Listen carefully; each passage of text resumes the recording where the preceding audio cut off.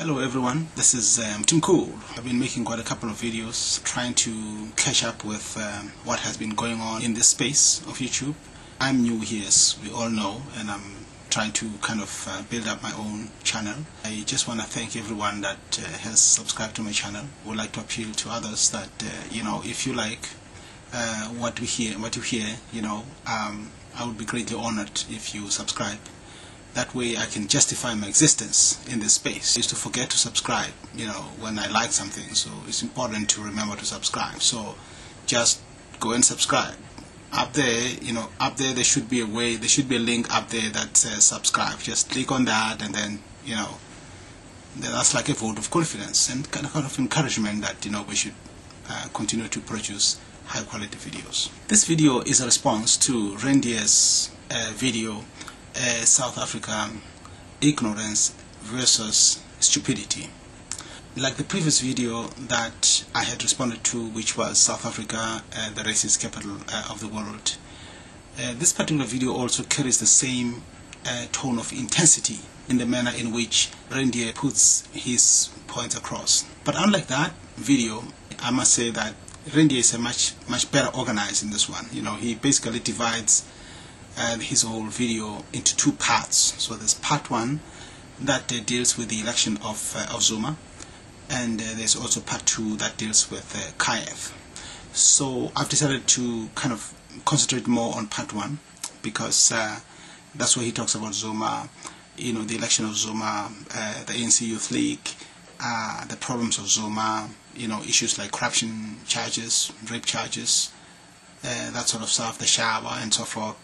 And then also the question of the uneducated black majority, or what he says, educate the people instead of changing names. And somewhere, of course, he starts talking about, Zuma wants to kill white people. And there's some issue also that Rendier is very touchy about, and that's an aspect of suffering for what his granddad did. So that's basically kind of give you the lay of the land. Now, it's interesting looking at the style in which Rendier actually communicates in this particular video. He uses quite a fair amount of sarcasm. So at least I've identified 3 instances of sarcasm. In one case of sarcasm, he thanks the ANC for electing Zuma, right?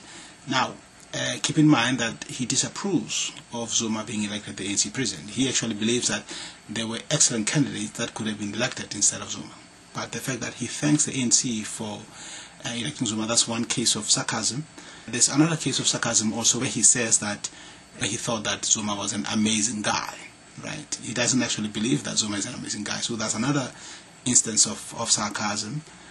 And also there's another instance where he actually thanks the ANC Youth League for electing Zuma, for supporting Zuma to an extent that the ANC had no choice but to elect Zuma. So these are 3 cases of sarcasm. I thought it quite interesting, given the background of Rendier. Rendier is an industrial psychologist. So my question, of course, was what is the effectiveness of sarcasm in this case? I mean, remember, he's communicating a message to the audience, and he feels that sarcasm does a better job in getting his point across. Okay, so I'm going to leave it at that. I'm not going to pursue that aspect of sarcasm, but I just wanted to kind of underscore that. I have a lot of background in computational neuroscience, so I'm always interested in things that deal with the mind. So but we'll leave that for now. We won't address that. Now, in terms of the election of Zuma, of course, I mean, he does a very good job in announcing the election of Zuma, just to let everyone know that Zuma was elected. As we all know, he was elected, of course, as the ANC president by an overwhelming majority, a landslide victory for Zuma. And we should also point out that Zuma is a comeback kid. I mean, 2 years ago, he was written off. His political career was written off, but he has risen from the dead. So I think one of the reasons why we continue to talk about him is that he is an amazing guy. This is a guy that has risen from the dead, right? And as human beings, we're always fascinated that people that rise from the dead. As I pointed out, he thanks, the ANC for the election of Zuma. Now that's a sarcasm, so there's nothing more to it than that. However, he makes a statement that there were excellent candidates where the NC could have made their choice as opposed to Zuma. However, in the tradition of Rendier, he doesn't give any details. He just leaves it hanging there.